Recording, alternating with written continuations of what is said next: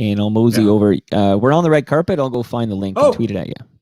Hi, everybody. Welcome to the Red Carpet Show. We'll be starting at 9:20 Eastern Time with the podcast, which, of course, you're invited to listen in on. Thanks.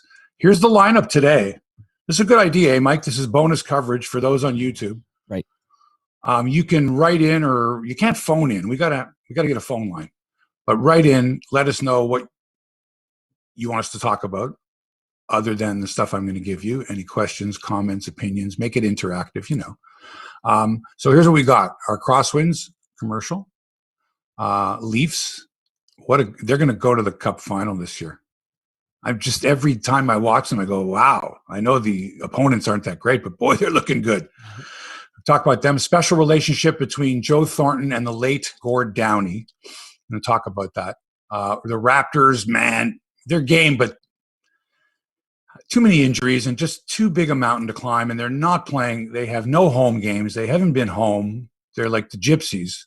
We'll talk about them. The Blue Jays, man, Vladdy earlier this week. Can you imagine if Vladdy would have done that like last night, Mike, hit the 3 homers and everyone's buzzing about it and we had the show today?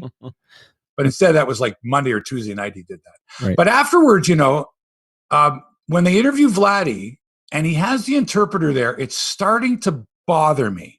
And I sort of out loud tweeted, should Hazel Mae learn to speak Spanish in order so that Vladdy Guerrero Jr. can be more comfortable when being interviewed, and perhaps they meet it in the middle somewhere and they can conduct an interview without an interpreter, which I think just takes it away from it. It's just it's not off the cuff. It's not spontaneous.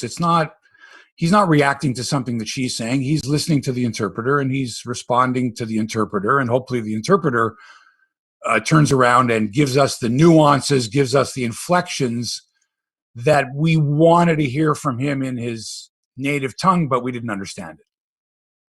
Anyway, NFL draft.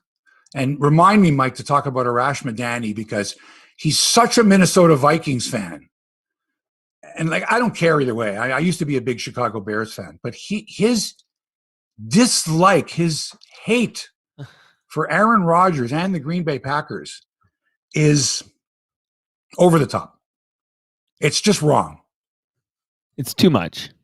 I mean, I get it when you get a satisfaction when your arch rival loses. And in some ways, it feels even better than when your team wins.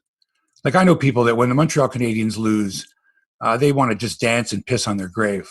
All those years of Montreal winning Stanley Cups and being superior to Toronto.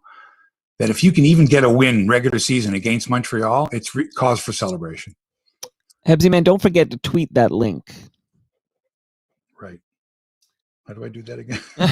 It's called Twitter. Ever heard of Twitter? You go there. All right. You got the lineup there, Mike. You want to take over the rest of the lineup? You got it in front of you there? Yeah, I got to crack it open. I was doing the tech here. Should Hazel learn Spanish? Oh, remind me to tell you the Gino Reda story. Is it about his mustache? One of the great interpreters of all time is Gino Reda. Seriously. One thing, though, when you share that, hold on, it says, you've invited me to edit. And then when I click it, are you sure that you, okay, stand by here. I'm just trying to open this Google document first. Hold on.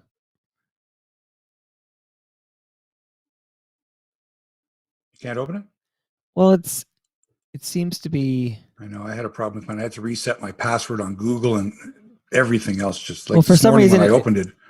It's asking if I'm you, and I'm not you. I'm me, and I'm trying to say, well, I'm me. Hold on one second here, but okay. Now that I said I'm me. It seems to be okay. Okay. Yeah. Yeah. So okay. Well, this is. Had to reset my Google password. They're going, look, man. Everybody knows your password. I can't wait to talk some golf. It's your kids' names and whatever. I'm like, oh, geez. So it says we strongly recommend, because I just had my credit card compromised for the 3rd time in a year and a half. Wow. Right. Wow. And had to go through all that resolution. The other thing is we canceled our trip to out east. We were supposed to go to Nova Scotia and PEI. Yeah. And by the way, Jeff Hutchison, if you're listening, I was going to give you a call today to let you know that we won't be coming out this year. It's just too risky. It's too dangerous. They closed down the entire province of Nova Scotia. New Brunswick has this new strain going on. It's just not worth it. So we canceled that. There's just a lot going on, a lot of resetting. I had to reset my Google password. I got to get a new credit card. Now I'm 14 days without a credit card. And all these companies are like, hey, man, your payment didn't go through. And I can't give them a new credit card number because I don't have it yet. That's annoying. It hasn't been delivered to me. This is what I don't understand with credit card companies. You should be able to get it to them like within hours. I agree. Yeah, that's even annoying. If it's a temporary card. But now I've got my bank card, but I do not have a credit card. I got to start using another card and give them it's the whole thing. It's the whole thing. How do you get frauded so often? Are you using your credit card with sketchy websites, Mr. Hebsy? Here's what it comes down to. When you're ordering food, especially, right? You should go to the Uber Eats or the Google Eats or whatever. Skip the dishes. Right. You're supposed to go to their website and order it through their website, which is secure. Right. But if you go to the restaurant's website, a lot of times it's not secure. How did I find this out? Well, one of my favorite restaurants, I realized that I'm pretty sure that's how it was compromised. Is somebody, got a hold of it and tried to hit me for $200 and then another $200. And then, of course, I get the phone call. Mr. Hebsy, did you just buy $200, take $200 from MoneyGram? No. Right. Well, sir, your credit card's been compromised. So cut it up immediately. We're canceling the account. We're going to send you another one. It'll be there within 5 and 15 business days. What? Can I pick it up at the branch? It'll still be 5 to 15 days. You're telling me they don't have someone in the back of the branch that can hammer out a credit card for me? Here you go, Mr. Hebsy, temporary credit card. Right. What the hell? 9:20 All right, Eastern Daylight Time. Let's rock and roll here. I'll give you a little countdown, and then you do your cold open here. Okay. I didn't even tell people the rest of what we're going to do today. Oh, they're going to be surprised. I already see some activity here. It's all good. Okay. They're going to get Hebsy. That's what they're here for. Okay. Go for it. What buttons do I press? All right. 5, 4, 3. The following podcast is brought to you by Crosswinds Golf and Country Club in Burlington. Now, it may not seem like it now, but it's going to happen soon. Golf will be played in the province of Ontario. And when it does, when they get the green light, you're going to want to experience the splendor and natural beauty of Crosswinds Golf and Country Club in Burlington. It's nestled between Rattlesnake Point and Mount Nemo on the Niagara Escarpment. If you've never been there before, it's gorgeous. Crosswinds offers $1 million views, fabulous golf, and much, much more. As soon as they get the green light, Crosswinds will be ready to welcome you with open arms. If you're planning on getting married in 2022, see how I throw that in there? Just sort of, how did we go from playing golf to getting married? Hey, it happens. A lot of married people play golf. A lot of single people get together because they play golf and end up getting married. Why not get married at the golf course you like to play at? Check out the fabulous facilities they have there. Go to crosswindsgolf.com. Get ready to book your tee time because we'll all be golfing soon. Mike, let's start the podcast.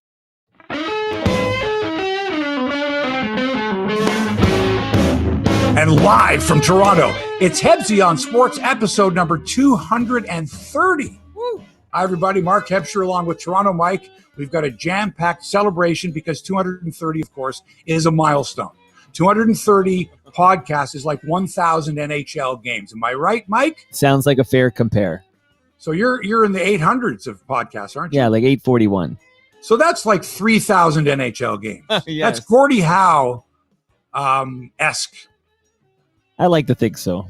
Okay, good. Here's what's on the menu today. The Leafs knock off the lowly Canucks, who a lot of them complained that Wayne Simmonds dropped the gloves with Alex Edler and punched him out. And it shouldn't because Edler never fights. That's in retaliation for the Hyman hit, knee on knee. Because when we get Zach Hyman back, we're going to be even better than we are now. All right? And we're good now. We're good. So the hell with you Canucks, you bunch of weasels. Oh, he shouldn't have picked on Edler. Yeah, Edler sticks his knee out against Hyman. He's 6'3", 215 pounds. He can look after himself. Got his ass kicked. Deserved it too. The Raptors running out of time in their quest for a playoff position, but they're not giving up just yet. This team fights, man. They didn't have it in the fourth last night, but they fought to the bitter end.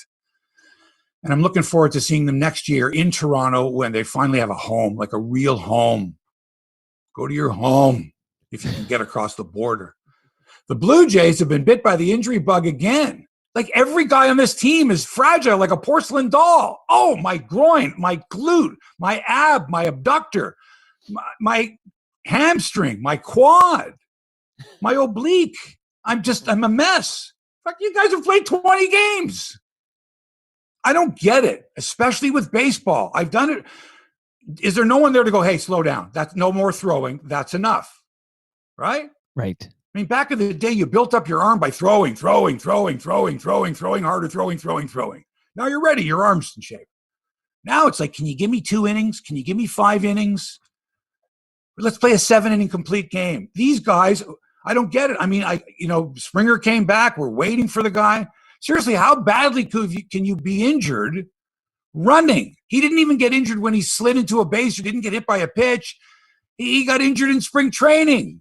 Jesus. All right. The other thing is when you hear an interview with someone like Vladdy Guerrero, do you kind of not wish that the interviewer spoke Spanish or that Vladdy, and we know he speaks English, but spoke better English, or let's put it this way. If Vladdy was more comfortable being interviewed in English, do you think we'd get some good stuff out of him? Because I know he speaks English. We know that, but he's not comfortable speaking English. He doesn't want to be misunderstood, misinterpreted.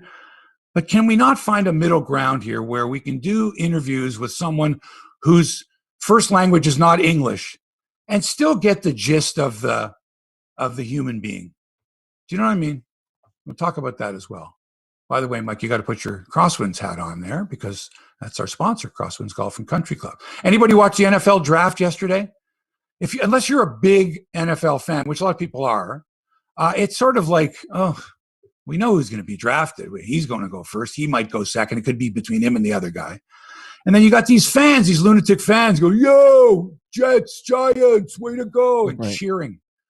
In fact, at the baseball game last night in Chicago, in the middle of an inning, middle of an at-bat, this big roar went up because the Bears had drafted a good guy. I'll tell you about that as well. And did you know about the special relationship between Joe Thornton of the Toronto Maple Leafs that he had with the late Gord Downie? Went back many, many years. Good story. I'll tell you about that as well. The original story is in The Athletic, and I'm going to add to that. And what does the NHL TV deal with ESPN and Turner mean for hockey broadcasters in this country? I mean, are people just salivating and go, yeah, jobs available in hockey broadcasting, in sports media. Jobs are available now that they signed this deal. Hopefully it means more jobs for people that we like. Right, Mike? I like jobs to people I like, without a doubt. How you doing, Hebsy? How you holding up? Good.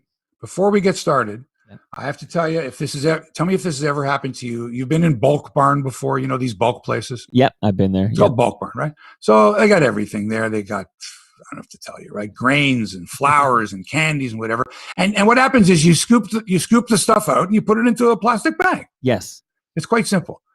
This is something they haven't perfected there, which drives me nuts. In order to get a bag in one hand and the scoop in the other hand, you can't hold the hatch up by yourself with your elbow and get it done. The hatch has to stay open. Do you see what I'm saying? It can't fall back down. You need both hands. Doesn't the hatch stay open? Not all of them. Okay. I thought they this did. Is the problem. Gotcha. So I'm trying to spoon some peanut butter, natural organic peanut butter into, a container. Yeah. So I need one hand on the scoop and I need one hand to hold the container. And this damn hatch does not stay up. There's not a magnet attached to the hatch and then the base. Right. So it keeps falling down. And I'm looking around I got my mask on. I'm breathing heavily. It's hot in there. Trying to scoop this peanut butter and you can't do it. The only way I can do it is if I take the entire assembly off so that it's just the vat of peanut butter. That's a design fault. Yeah. So I'm looking around for some help. Like, can you help me here? As if they're going to say, let me hold it for you, whatever. I don't know. But I keep trying it. And I'm trying to wedge something in between the hatch and the base so that it stays open so I can get in there and scoop the peanut butter. It's driving me nuts. And I just thought, am I the only one that has this problem? That's all. Well, kudos to you. Right? I gotta say, the all natural peanut butter, I could live on that. Like literally, I do. I can't. I have to have it in the house at all time. I eat a lot of natural peanut butter. So when you scoop it, do you have a problem? No, we buy it like it's all natural. We buy it already like pre. Oh, you buy it already. Right. I like scooping it myself, but I'm getting tired of it. And I actually mentioned to the guy at Bulk Barn, I said, you really should fix those things. Am I the only one who complains? He kind of looked at me sideways. I don't think he really understood what I was doing. Did he recognize you? No, he didn't recognize me. No, my son keeps butter. getting recognized. Oh. My son was recognized outside his apartment. Oh, from Some YouTube? stranger went, I watch you on YouTube all the time. I listen to your podcast. That's a fun moment. He was freaked out by it. Oh, he's freaked out. Well, he couldn't believe, because you're on the street. You're heading into your basement apartment, and you're some young lady recognized you. Oh, I listen to you all the time. Yeah, that's quite the moment. That's when you realize how public YouTube really is. Right. Okay, let's get to some sports, shall we, on a Friday morning? Let's just say hi quickly to Mr. Gene Velitis, who never misses a Friday recording, and Gordon One of the all-time Onright. greats. Jesse and Gene show, worked on that show for a couple of years. Gene and I went to a Jays game. Actually, I think we were at a Jays game the last time that fans were allowed to go to a baseball sporting events. Oh, yeah, way back in 2019. That's a couple of years ago. Yeah, that's 2019. That's a long time ago. Right, when Gene lived in the hood in the GTA. Okay, because he's out west. So Gordon Enright, though, and he asked Gene how he's feeling. Gene said 100%, so that's good news. That's good. Gene's recovered fully. And hello to Gord, and hello to Gary Faber, and everybody on the YouTube channel, and everybody who's listening to the podcast. Listen to me now, hear me later. You can actually witness this live and comment, and we will read your comments in real time, and then you could be actually like referenced on the show. So Hebsy's it's amazing how we channel. can do. Are we the first ones to be interactive? Like this, we invented no this, other podcast / vlog or whatever you want to call it, not come up with this idea that you can, while the show's being recorded, you can see it and interact live with us. It's like Inception. Okay, the Maple Leafs. This team, Mike, I can't help but smile. Bunch of regulars missing, right? Because they clinched the playoffs the night before. Nick Foligno, take a bit of a break. Muzzin, take it easy. Morgan Reda, you've been working too hard. Okay? Jack Campbell, nice game the night before against Montreal. Let's let Big Save Dave play. Right. What a beautiful thing. This team is on cruise control. Flip the switch, let them go. I mean, the opposition, not very good. I admit it.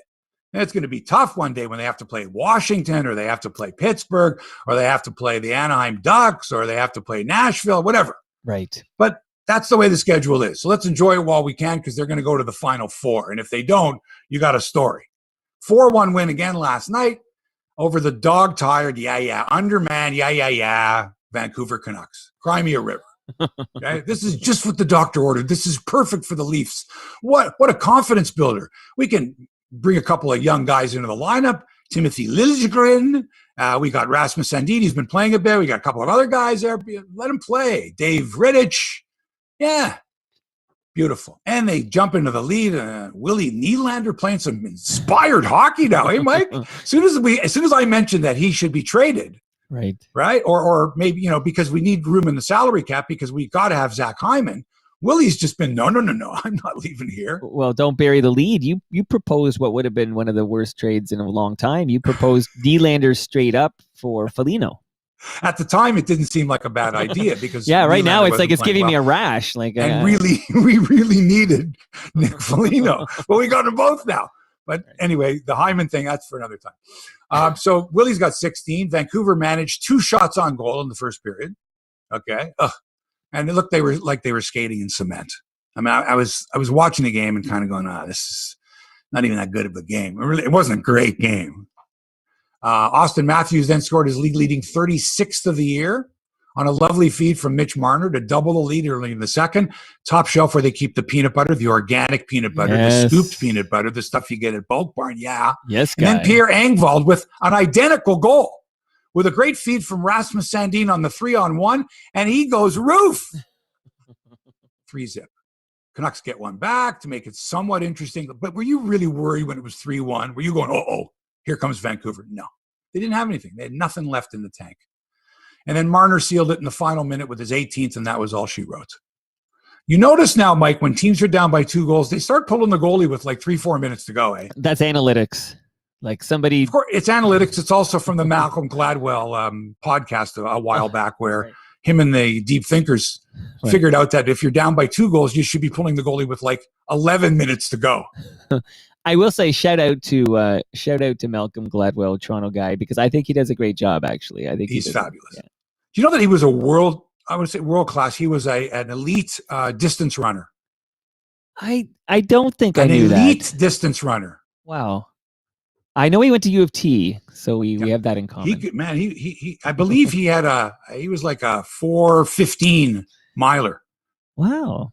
It's pretty good. I mean, that's not world record pace. That's 20 or 30, but still, man, that's Hebsy pace. That's pretty good. Yeah, right.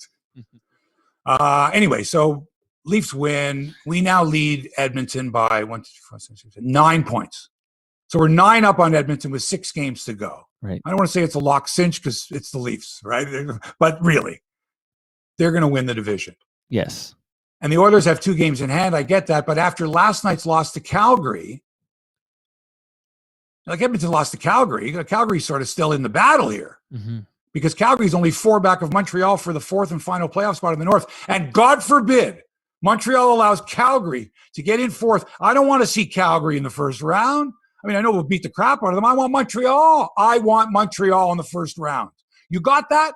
I was there in 1979, the last time Montreal played Toronto in the playoffs. Okay, it was the quarterfinals. The Leafs it was incredible what had happened. And Cam Connor, after the Leafs had lost the first 2 games in Montreal, pretty close games, they went to double overtime in Game 3 at Maple Leaf Gardens, and Cam Connor scored like the ugliest goal you've ever seen in your life. I haven't seen video of it. There's no summary of the game anywhere because the NHL just didn't keep stats back in those days. You can't even, you can't find summaries of games. Even 1979. That's so. You can't find the summary. Right.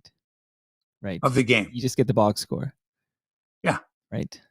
Yeah. From like the 70s. That's how dumb. That's how bad the record keeping was. Well, that's how baseball. You actually have to go to the newspaper. You go to newspapers.com or whatever and find the summary that was in the newspaper. Right. That's terrible. Just really, really awful. I'm very upset with that. But anyway, if it's not Montreal, Toronto in the first round, I'm going to be just sick to my stomach. I want those Habs. And Montreal has a game in hand on Calgary, but Montreal plays their final 8 games in 13 days.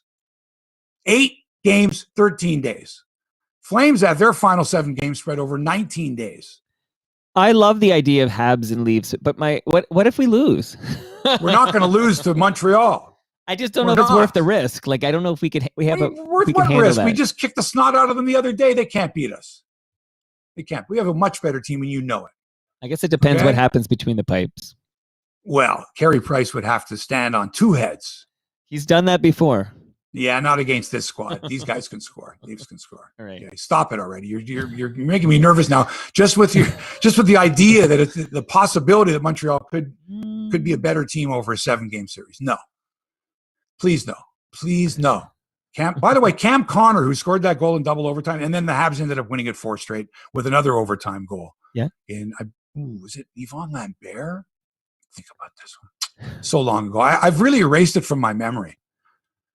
Well, at least it's in your memory. It's not even in my memory. No. By the way, Cam Connor, his best friend was Roddy Piper. Get out of here. They were best friends. He was my all-time favorite in the WWF, Roddy Piper. Well, Cam Connor, Leaf killer. Yeah. And at one time, double overtime. Ugly. He's sliding on his butt and the puck goes in off of him. I can see it. I'm like, no. Wow. Because if we would have won that game, if the Leafs would have won that game against the Canadiens, and the Canadiens were in the midst of winning 5 straight Stanley Cups that year. If we would have won that game in double overtime and cut the series lead to 2-1 for Montreal, we would have won game 4, which they won in overtime, and we could have won that series. The same way, if Kerry Fraser calls that penalty on Gretzky and the Leafs win in overtime and take Montreal on in the Stanley Cup final in 1993, we're talking about a totally different history. Well, that's a new space-time continuum. We'll get Malcolm Gladwell on to talk about that one, I think. But I want to take a moment here. By the way, that's a great. You dropped that Cam Connor, Roddy Piper. I do like that stuff. I remember interviewing him, going like he was sheepish because he scored the goal, but he never saw it happen. It went in off like his bum. So Philip says good morning to you, Hebsy, and to me. So hello to Philip. I Sinclair Russell says hello. So hello to you. Mike Kerr is joining us. Hello, Mike. This is like romper room, eh? I see Michael. I see Mark. Well, Peter Sherman. Gordon. There's a name you know, right? Peter Sherman. He was my boss. You and him on the mic together in my studio. Do you remember this? Uh-huh. Okay, just making sure you remember. Okay, so Peter Sherman, he was on a Toronto Mic'd episode of Hebsy Man. Hello? Peter's watching right now? Yeah, he's watching right now. From Niagara. He says good morning to you. And Murray, I got to shout out. We're going to play golf at the Niagara on the Lake Golf Club. Shout out to Murray, who absolutely loves you, Hebsy. And he's a plumber on his way to the Hammer, and he's listening live on his way to the Hammer. All right, Murray the plumber, going to the Hammer. He's a good guy from By the the way, Junction. shout out to Bubba O'Neill, my buddy, former partner, is in hospital with COVID-19. Drove himself to the hospital last week, feeling terrible. Believe there's his case, and there's another case at CHCH TV. I haven't heard more from that, but obviously there's isolation going on. But Bubba's in hospital. They took the oxygen tubes out of him the other day. It's a slow recovery, I'm told. I haven't heard much in the last couple of days, but prayers, thoughts with Bubba O'Neill in Brant Hospital in Burlington. Yeah, so Bubba's Bubba. One of the good ones. And like myself, he was lucky enough to be a Hebsy Man co-host. Yeah. Bubs and I did Sportsline for almost 5 years on CHCH. It was fun. Yeah, you guys were good to go at each other, man. We had some billboards where the two of us facing each other, like nose to nose, ready to argue about sports. Love it. Get well soon, Bubba. Yeah, get well soon. And we recorded one of the great promos of all time in my hot tub in Dundas, where we both got into the hot tub and we were arguing over, who was a better swimmer. Like, was Michael, was it Mark Spitz or was it Michael Phelps? Phelps. And I would say, I'm trying to think what it was, he would say Ali and I would say Marciano or something like that, back and forth. And then the last scene was the two of us in the hot tub and I go, Spitz, and he goes, Phelps. We're lying in the hot tub. It was a good promo. Yeah, well soon, Bubba. Okay. The Canucks, by the way, complained that Wayne Simmonds shouldn't have dropped the gloves with their Alex Edler. Alex Edler was the guy who took out Zach Hyman's knee with a dirty hit. Luckily, it was only the MCL, and he's out a couple weeks, maybe longer. It could have been career-ending. Could have been ACL. So fucking Simmonds goes, and he pounds the shit out of Edler. And Canucks fans are, Edler's never had a fight in his career, and Simmonds has had over 70 fights. Wah. Well, too bad, man. Edler should have thought about that before he stuck his fucking knee out. I hate these Canuck fans and these Canuck reporters too. One of the reporters, like for a newspaper reporter, be going, "Oh, the Leafs are a bunch of dirty players because Alex Edler's never fought before and Wayne Simmonds punched him out." Are you kidding me? If Wayne Simmonds had a chance, he would have jumped over the boards and beat the shit out of Alex Edler 2 seconds after Edler's knee-on-knee with Hyman. And he's 6'3" and 215 pounds. So don't tell me it wasn't a fair fight. I don't fight. Turtle. Big suck. Your impression of those sports journalists sounds a bit like Foster Hewitt. What do you mean? Like the way he went up, kind of like this, right? I can't do it, but the Foster Hewitt? A little bit. Hello, Mark. And I will say this. You know what you don't get on TSN or Sportsnet? You don't get beats the shit out of Alex Edler. That's only on Hebsy on Sports. By the way, you're mentioning Foster Hewitt because when you had your podcast with Kenny Daniels, right? You played some great clips of my good friend Rob Cowan, who does the best Foster Hewitt, and always did a better Foster Hewitt than Foster Hewitt. And Rob Cowan is now scheduled for a backyard visit here for Toronto Mike. Very good. What a voice. But anyway, I believe, I'm not positive of this. I would have to confirm this with Foster's grandson, Bruce Hewitt. But I think I was the second last person, maybe the last, but for sure the second last person to be in the gondola, the famous gondola, before it was burned, taken apart, dismantled, and burned in the incinerator by Harold Ballard after they had lost the radio rights. His Foster Hewitt station, CKFH, our station, we lost the radio rights. So it was like, okay, you got to get out of there. You got to get your stuff out of there. And I was in the gondola taking I think it's a phone line and a couple of other things out of there, like after the season had ended. Like after Cam Connor had scored the double over, like that was like, it wasn't long after that. Seriously. It was like, all right, we're done. We got eliminated by Montreal. Okay, let's pack it up for a while. And players got their stuff out of there. And then you took the television equipment came out. And it was like, all right, Foster had lost the radio rights. So we had to, take the CKFH stuff out of there. So I might have been the last, but I think I was the second last. That move is in the gondola. It's so very Ballard, that move. Holy smokes. And before I forget, because he posted so early, I missed it when I was reading down the names, but I do want to say much love to Brian Gerstein, who never misses a Hebsy on Sports. Brian is the ultimate. Brian should have his own show. He really wants to have his own show. We should back him for his own show. A spin-off, maybe. And tennis. A spin-off on Expos. I would a tennis show, because I don't know anyone as deeply. We need good tennis reporters. There's some good tennis reporters out there, but we need more tennis reporting. We need to know more. Right. All right. The Raptors are trying their best, but it doesn't look as if they're going to squeak their way into the playoffs this year. I'm sorry to say. After last night's loss to Denver, the Raps have 9 games left. They're 2.5 back of the 10th and final play-in spot. That's not even a playoff spot officially. It's a play-in to a playoff spot. 2.5 back, 9 to go.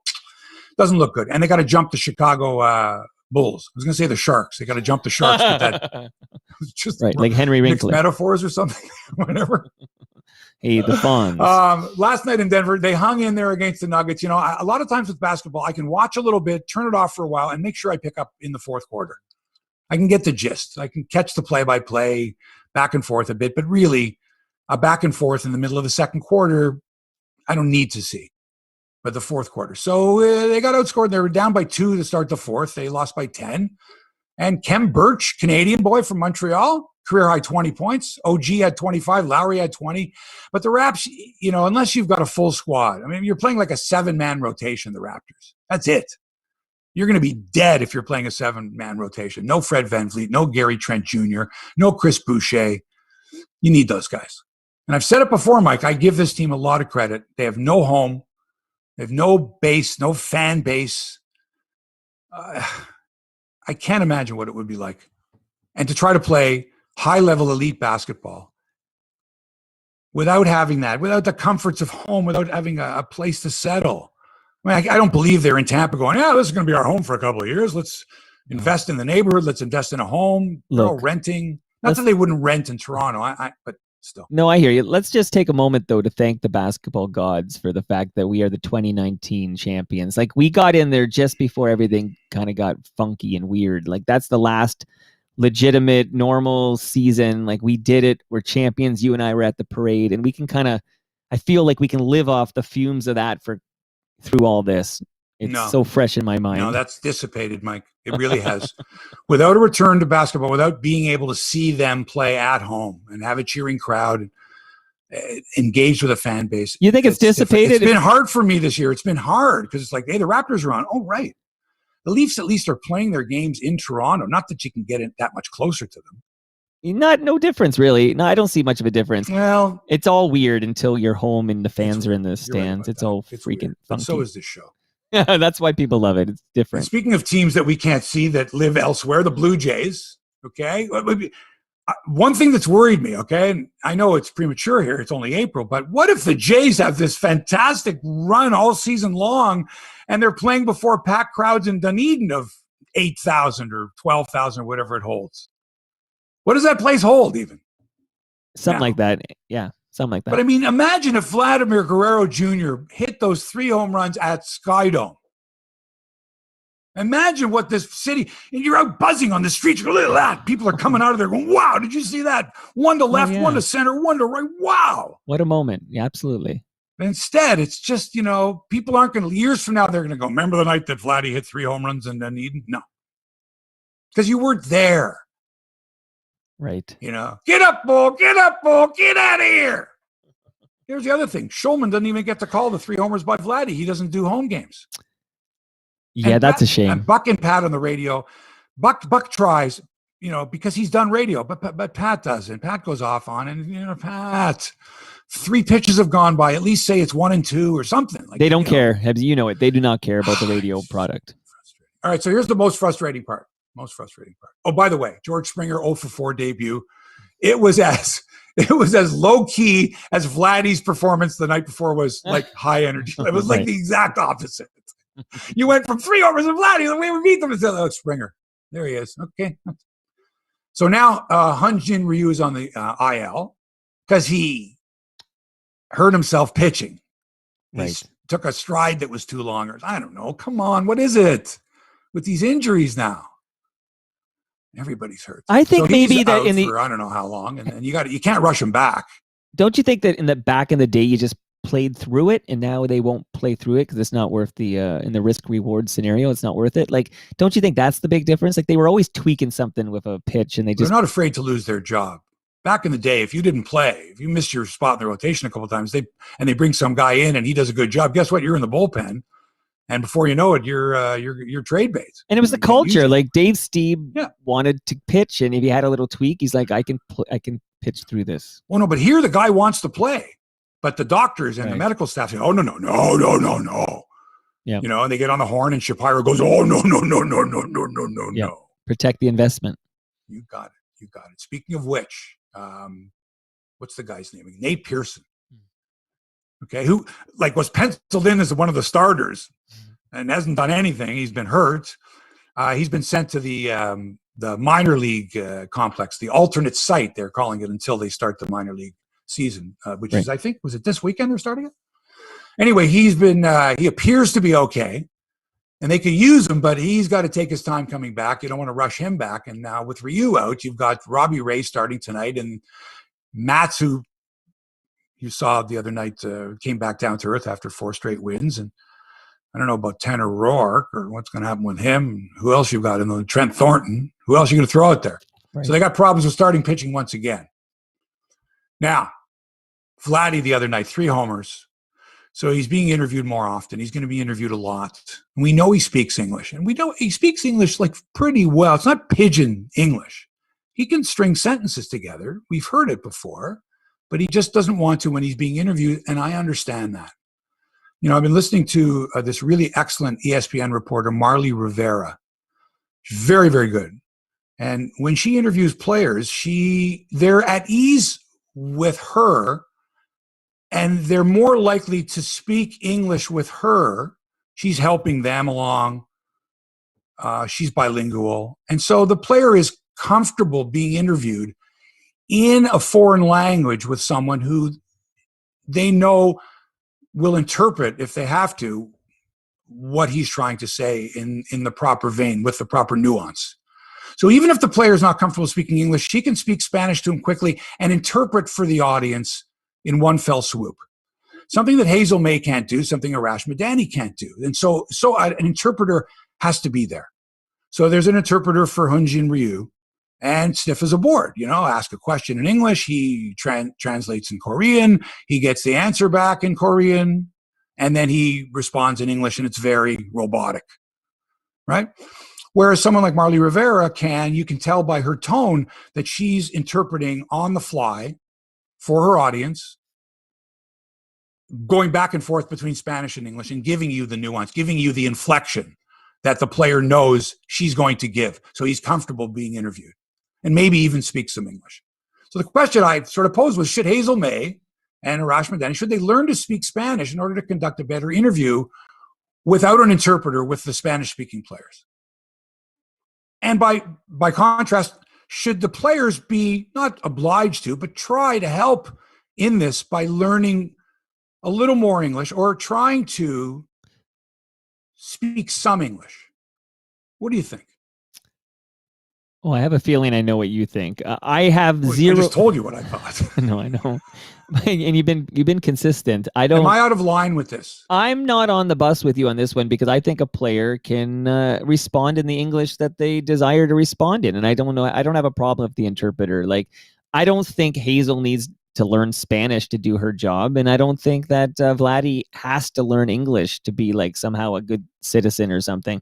I think it's fine as it is. If Vladdy wants to speak Spanish and have an interpreter tell Hazel what he said, so be it. I don't have this problem. I don't have a problem with it. What about the other Spanish-speaking players? There's a lot of them on the Jays, huh? There is a lot of them. I've never heard Lourdes Gurriel Jr. speak.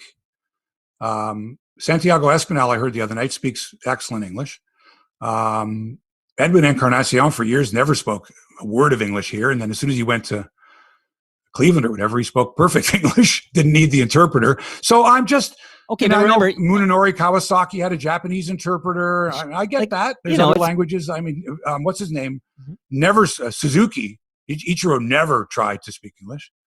Like, hey, even if Hazel goes out and learns some Spanish, it's not the same as being an interpreter, right? There's a big difference. No, right? no, it's not. But if she were interviewing Vladdy and she felt that she could ask, and the other thing is, if you're going to ask the questions and they don't speak the language that well, you need to really compress your questions.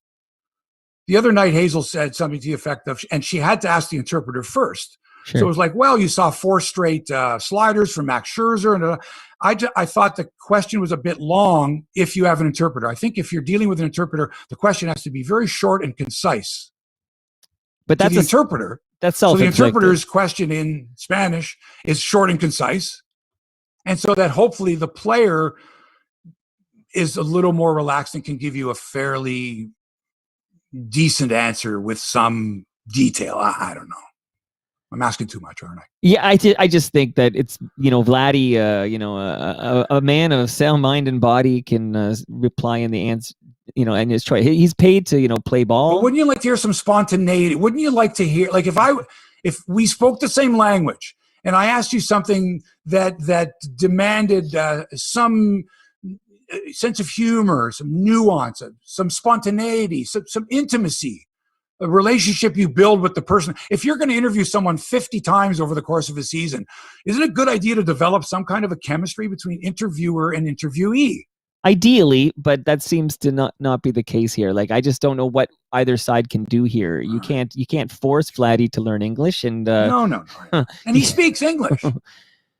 Yeah, okay. I always think of Edwin. I think aren't speaking Spanish on the bench. Okay, but there's a big difference between that kind of buddy conversational English and then speaking to a national television audience. But like, that's why I'm saying, if the reporter cultivates a relationship with the interviewee that's going to be a season long, and the same way a newspaper reporter cultivates a relationship, you sit down with the guy, you spend some time with that person. You know who I'm thinking of? Develop a chemistry, a trust, Mike. Bob Elliott and Edwin Encarnacion. Those two gentlemen had that kind of relationship. There you go. But that wasn't an automatic that you have to work on that relationship. Bob Elliott had to work on it. He had to gain Edwin Encarnacion's trust. And then what I'm saying to you is, if the Spanish-speaking players aren't comfortable speaking English, that's fine. But is there a way to bring the trust of the player? So even if that player tells you that in another language, can you then, can that relationship then morph into something more? Where he says, you know what? Yeah, I'm more than happy to talk to you, Hazel. And let me tell you what happened the other day. He tells her that off camera. And then she can say, I spoke to Vladdy the other day and he told me that doesn't matter what language he told you in, but he told you a story that you can relate to your audience. But that's it. Not too fair, though, because the way you cultivate those relationships, as you know, is you kind of sit down with them and you chat. Like in the times of COVID, you can't get that kind of access to a player to cultivate such a relationship. You can try. I don't think you can. Like, I don't think they let. You don't think you could try? I don't think they're letting Hazel sit beside Vladdy on the bench and shoot the breeze with him. No. I'm not saying that, but can you not? I mean, why not? Why can't you say, listen, Vladdy? I mean, this is going to be an ongoing thing all season, next season, the season after that, the season after that. It's times of COVID, but can you not? Could you not have a text conversation with someone? Could you not sit with them in off hours and ask questions, even though it's not being recorded, to get to know them better and to gain their trust so that they will tell you stories? I think what you're saying, and I agree with it 100%, is we need more Bob Elliots. Okay. Does Bob Elliott speak Spanish? I don't know how he spoke with Edwin, but they talked a lot. I'm going to tell you the best story from an interpreter standpoint. This would have been 1988. Gino Reda was working for us at Sportsline on Global. Yes. And I knew, and Gino's a great guy, super nice guy. Gino also helped me win $1,000 from Mike Anscombe. Wow. Winning a bet because he did the research for me. But anyway, that's another story. Wow. Anyway, so Gino is doing reporting for us. He's going with a camera down to Jays games, and he's getting post-game comments. Now, Gino speaks fluent Spanish and Italian. And so he's in the locker room, and Juan Beniquez, who's playing for the Jays at the time, is on his last legs, is bitching and complaining about Jimmy Williams and how he's not in the lineup and how he doesn't know what to do with certain players, and he's just bitching about it. And he's doing it in Spanish to another player, and Gino is standing, and Gino knows Spanish, so he's listening to this, and he's hearing Juan go off. And he goes up to Juan and he speaks in Spanish to him. Would you mind, can I do an interview with you and ask you about the game? And so Juan is, you speak Spanish. Anyway, he gains his trust. He may have spoken to him prior to that. Juan may have known prior to that day that Gino spoke Spanish. I think it's possible. I don't know how many times Gino had been down doing the games. Right. But anyway, Gino gets this fantastic interview with Juan Beniquez where he tears the shit out of Jimmy Williams. He's ripping him a new one in Spanish. And so Gino brings the tape back and he interprets it. So he puts his voice, or we pull down the voice of Juan Beniquez in Spanish, right? And Gino's voice is dubbed over top of it in English, saying basically Jimmy Williams doesn't know what he's talking about and that type of thing. Anyway, the next day, Juan Beniquez gets released. All right. By the Jays. Right. And so I thought about it. I says, wow, that was great because, Gino didn't pull the wool over on him, but the fact that Gino spoke Spanish made Juan Beniquez relaxed enough, and I think he had a couple of beers too, that he just sort of went, mi hermano, amigo. And they just had this conversation in Spanish, and before you knew it, here's Gino interpreting it, and boom, we got it on Sportsline. And wow, did you hear what Juan Beniquez said? That's a great story. But to me, that was it. Yeah. You're making a great case, though, for an interpreter because it's almost like they could save you from yourself. It's like this. Are you? No, you can speak back. Are you sure you want to say that? Because don't bite the hand. By the way, the feet. Jays announced quietly this week that they're moving the start times of the rest of their games in Dunedin to 7:37 p.m. That's because with the 7:07 start, the sun gets in the eye of the third baseman, like Joe Panic the other night, and you can't see a damn thing. Right. Now, they didn't think about this. They didn't look at sun times, time of the year, the direction that the plate is, what direction it's facing, third base, all that stuff. Because earlier this year, you may recall, all the games were supposed to start at 6:37 p.m. They were supposed to start at 6:37. Then they made the change. Early in spring training, said we're going to change the time of the games to 7:07, right? Because of the sun or whatever it was. Right. And then they went, let's move it back another half hour. Now it's 7:37 starts, which screws up with me badly. I'm used to a 7:07 start in the Eastern time zone. Game being over by, hopefully by around 10 or so. Right. Watch the early edition of Sportsnet Central with Ken and Ivanka, who take shots at each other all the time. It's like they're divorced, right? It's like they're ex-husband and wife. Shots, It's funny. I like watching their post-game thing. I like watching the post-game shows, that Jamie Campbell and Joe Siddall do. Although this week it was John Axford, who's just stiff as a board. Anyway, so the Jays games are now going to be 7:37. Somebody just wasn't paying attention. And plus, that was so stupid the other day with Panic losing a ground ball in the sun. Because the grandstand isn't as high. Remember, it's a low grandstand. Right. So when it hits you like right between the eyes. They didn't figure this out before. Okay, let's move along. The NFL draft took place yesterday. Big TV event for TSN and ESPN. No surprises. Clemson's Trevor Lawrence, top pick, goes to the Jacksonville Jaguars. Zach Wilson from BYU, another quarterback, went to the Jets. The Jets are so bad. Trey Lance of North Dakota State went third overall to the 49ers, who had traded up to get him. Buffalo Bills had the 30th pick. They went for big Gregory Rosso, a defensive end out of Miami. I was going to list the entire first round, Mike. No, I wasn't. If you want to find out, you can. But the best story was at White Sox Park. What's it called? Cellular One Park? Whatever it's called. The old Comiskey Park, the new Comiskey, in Chicago, middle of the inning. Okay? Hey, 2 balls and 1 strike. Huge roar from the crowd. Wild. What's going on? The Bears had just drafted Ohio State quarterback Justin Fields. And all the White Sox fans, who I think if you're a baseball fan in Chicago, you have to be a Bears fan. Whether you're a Cubs or a White Sox fan, you've got to be a Bears fan. So they just, like in the middle of the game, wow, the Bears just drafted Justin Fields from Ohio State. Wow. Pretty funny. In golf, we may not be able to play at Ontario right now. And this just in, Mike, The Ontario Provincial Police have charged the Bridges at Tillsonburg Golf Club under the Reopening Ontario Act with failing to comply under Section 10, subsection 1, subsection C of the, the criminal code. The course has been open for play since Saturday illegally. Wow. An OPP investigation remains ongoing. These people ruined it for everyone, Mike. Had they remained closed, it's possible that the Ontario golf course operators could have lobbied the Ford government and might have gotten him, even though the weather's been shitty here lately anyway, might have gotten him to open up by now. But these stupid idiots, decided, no, we're going to make some money. We're going to prove a point. But sometimes they ignored them for a few days, and then sometimes I feel civil disobedience is warranted, Hebsy, man. Like we're the only jurisdiction on the continent that has but it had to be a little more organized. There had to be more than one golf course in fucking Tillsonburg. My back still hurts when I hear that word, Tillsonburg. Not Stompin' Tom Connors, you know that. Oh yeah, well, shout out to Stompin' Tom. Tillsonburg. My back still hurts when I hear that word. Really good story in The Athletic by Joshua Cloak. I suggest you read it. It examines the special relationship between Joe Thornton and Gord Downie. Now, this was before Joe Thornton ever played for the Leafs. He was playing for San Jose. Right. But he spent a lot of time in Toronto, had a place here. And he and Gord spent a lot of time in the last year of his life. So give it a read. But I've got some background on this relationship that I want to add to it. So before you read it, or stop now, go read the article and then come back. As you know, Gord and his brothers, Pat and Mike, grew up as huge Boston Bruins fans because the family was good friends with Harry Sinden and his wife, and Harry Sinden, the Bruins general manager.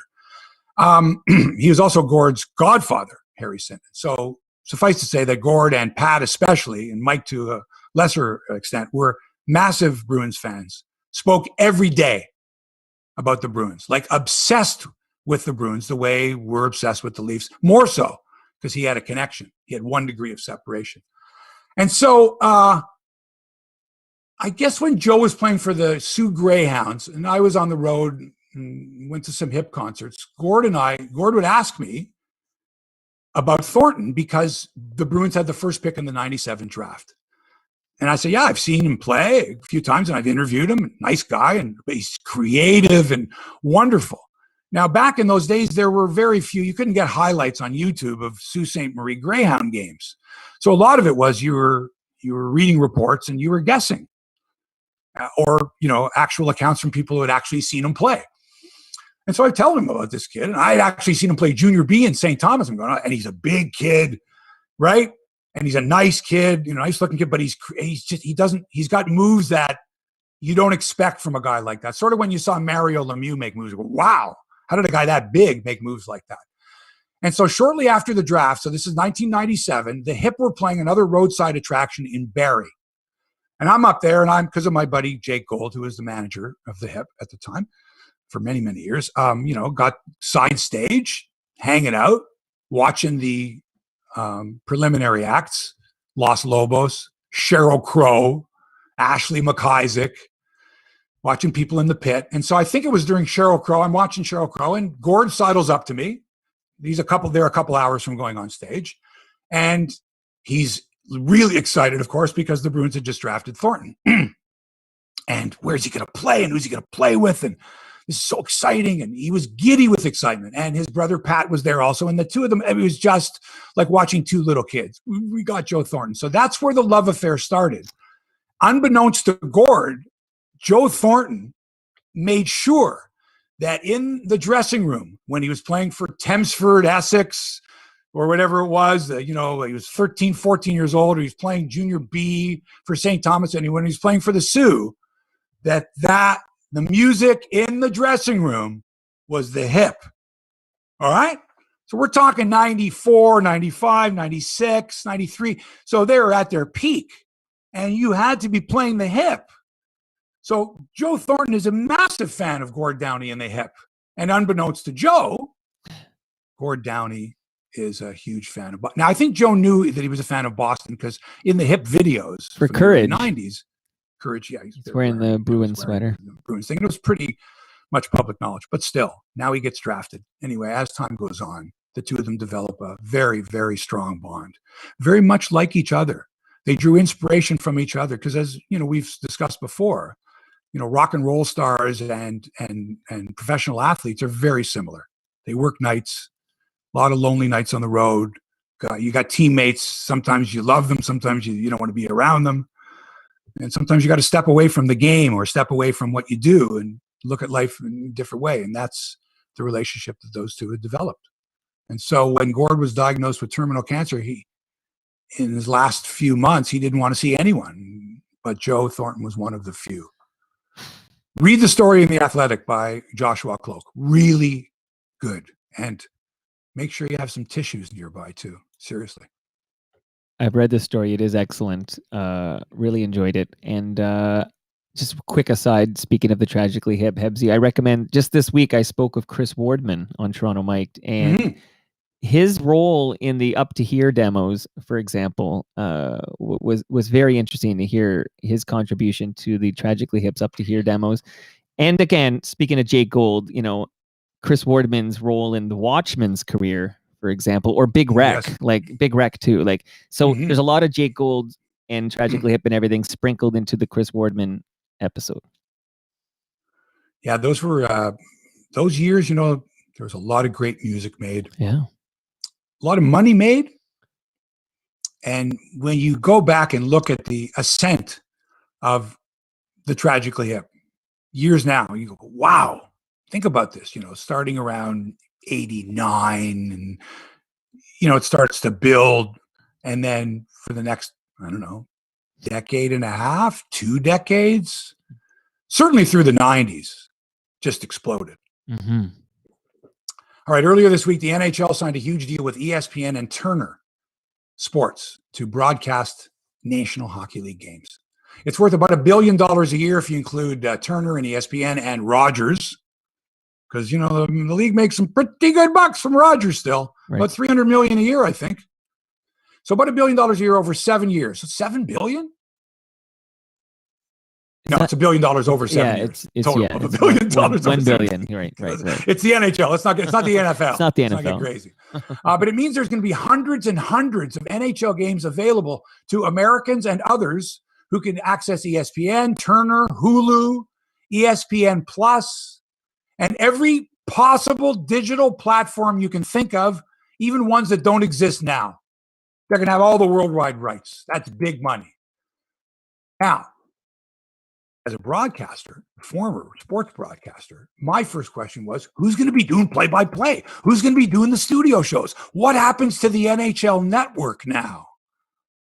Is the NHL network going to actually really kind of be absorbed, and now Turner and ESPN will be the de facto NHL networks? Will the NHL keep its own network now that they're not involved with NBC anymore, and now that, you know, the ownership of that is kind of in question? Like, what's the point having your own NHL network unless you can make it like the NFL network or Major League Baseball network? I'm not sure the NHL network is up to snuff with that. I don't know. But anyway, first thing I thought of was, okay, who's going to do play-by-play? Well, on ESPN, it's going to probably be Steve Levy, who was the voice of hockey on ESPN when they had it and is a huge hockey guy and very good.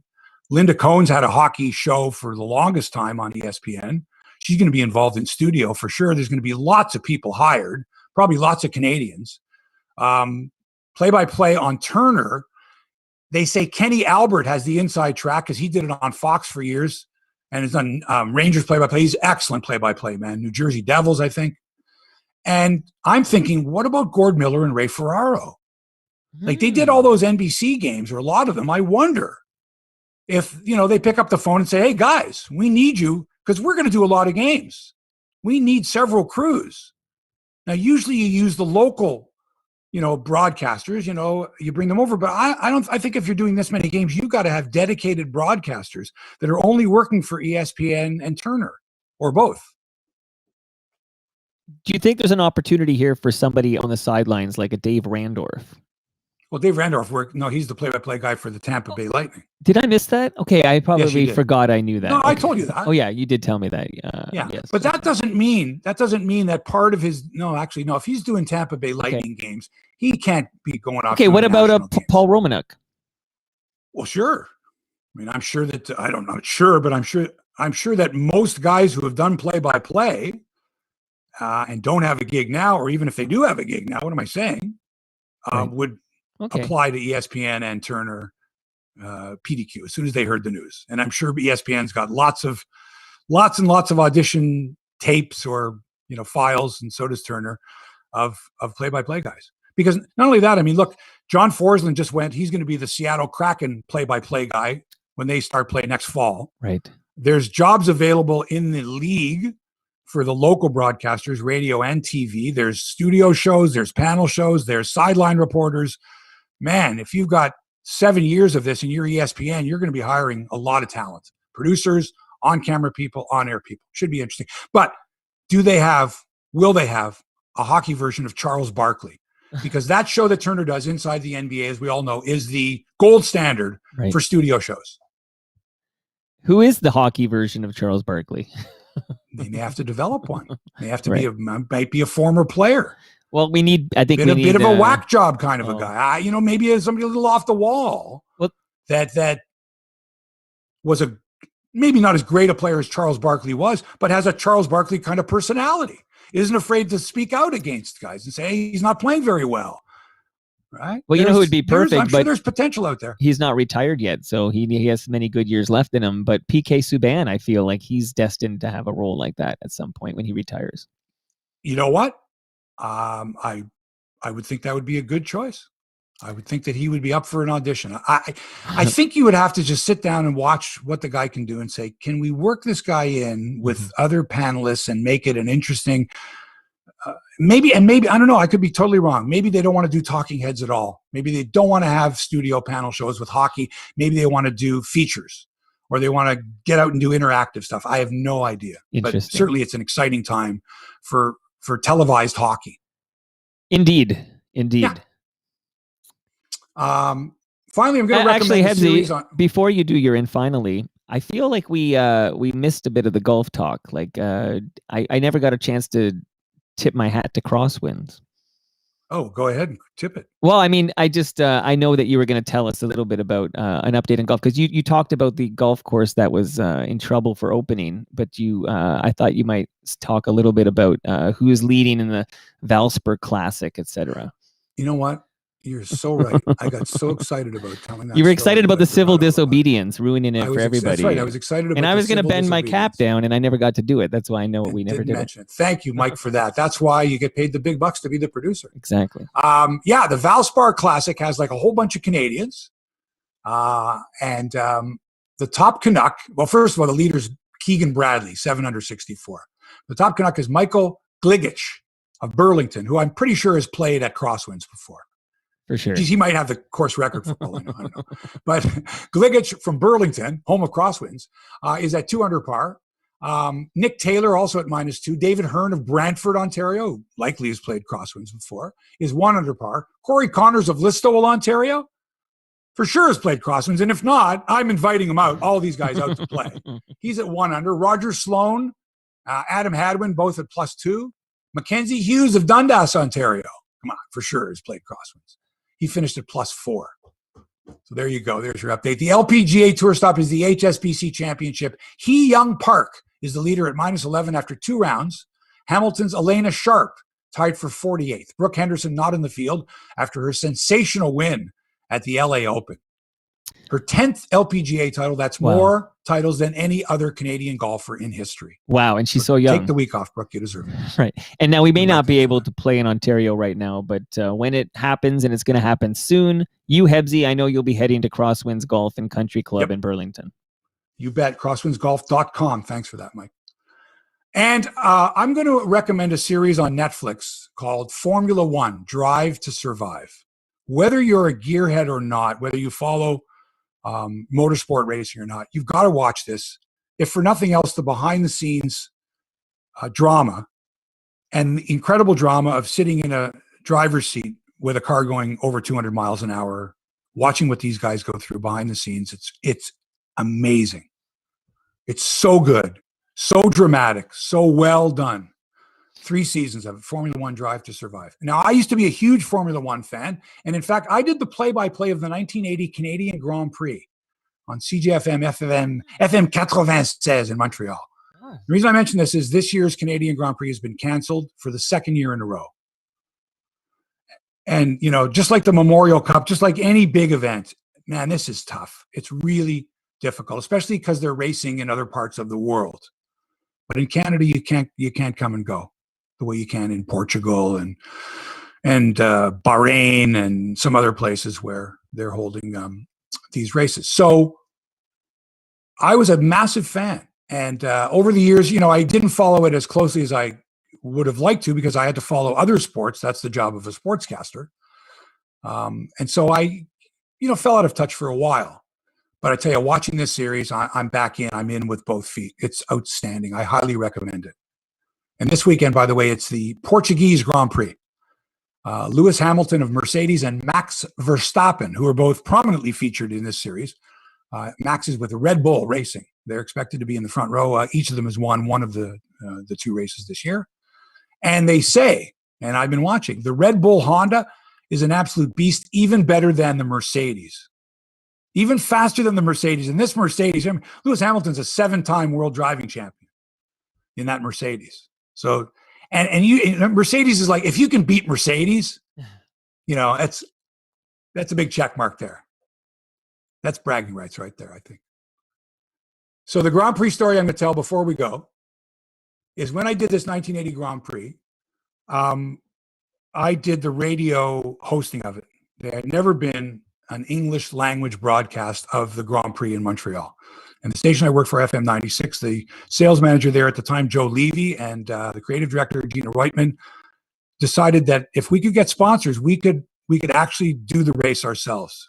So we got the rights for, I think, nothing. They were more than happy to, sure, you want to broadcast the race on radio. And we did, for the first time ever, on English radio in Montreal, we broadcast the Montreal Grand Prix. Oh. So it was yours truly. And next door in the booth was CTV, was Jackie Stewart. I think it was Ron Roush and Jackie Stewart doing the Canadian Grand Prix. And Gilles Villeneuve was one of the top drivers who drove for Ferrari. He was their number 2 driver behind the world driving champion, Jody Scheckter, in the Ferrari. Now, these 1980 Ferraris were not turbocharged.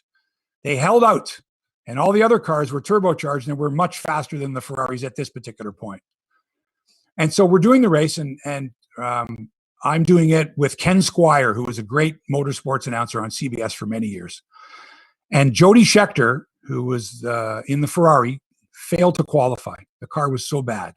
He couldn't qualify. For the only time in his career, he did not qualify for the grid. And so now he's available, and I had interviewed him a few times, and I'm thinking, boy, wouldn't it be great if we could get him up in the radio booth? I mean, this is the analyst you want. You want the guy that's driven the track before. You want the world driving champion telling you what it's like being out there. And so I run down after qualifying. He didn't qualify. And I'm really sorry, Jody, and all that. Oh, that's a drag. What are you going to do? He goes, oh, I don't know. I go, do you want to come up and do the race with us tomorrow? Because Saturday's qualifying, Sunday's the race. He says, sure. So guess what? You know, we're doing all these promos now. I'll be joined by Ken Squire, CBS Motorsport race, and world driving champion Jody Scheckter. And he comes up in the booth, and man, it's a great broadcast. It's fantastic. Jody Scheckter is telling us, you know, to detail. Oh, you can hear him gearing down here from 6th to 5th and now to 4th. It's a double clutch. He's explaining all these nuances when you come to the hairpin, Moss's corner or whatever. No, the hairpin curve. I can't remember what it was called.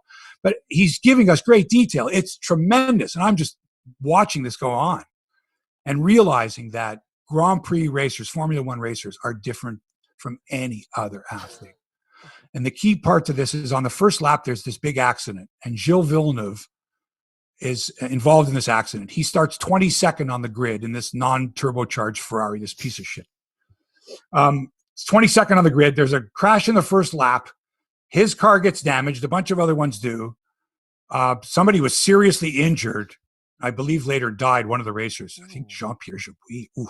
Anyway, it took a while for the restart. And now Villeneuve's got to get into his backup car.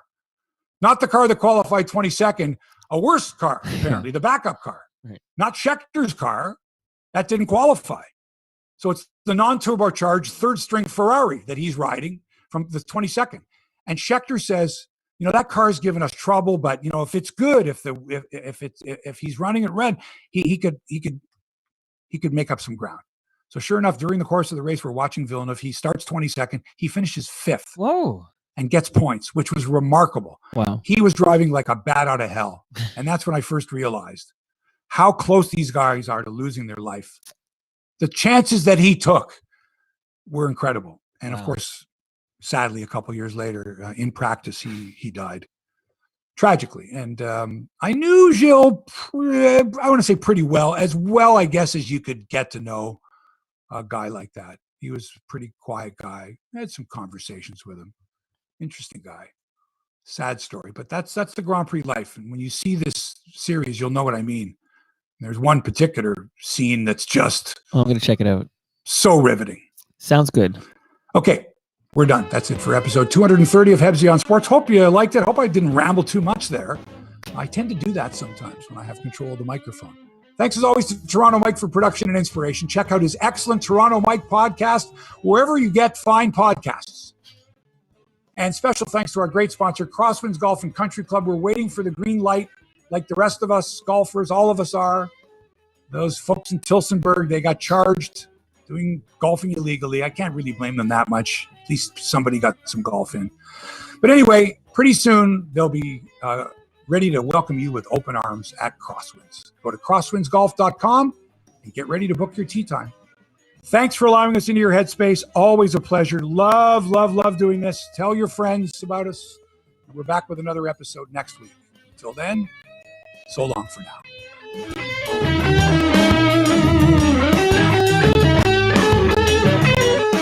This podcast has been produced by TMDS and accelerated by Roam Phone.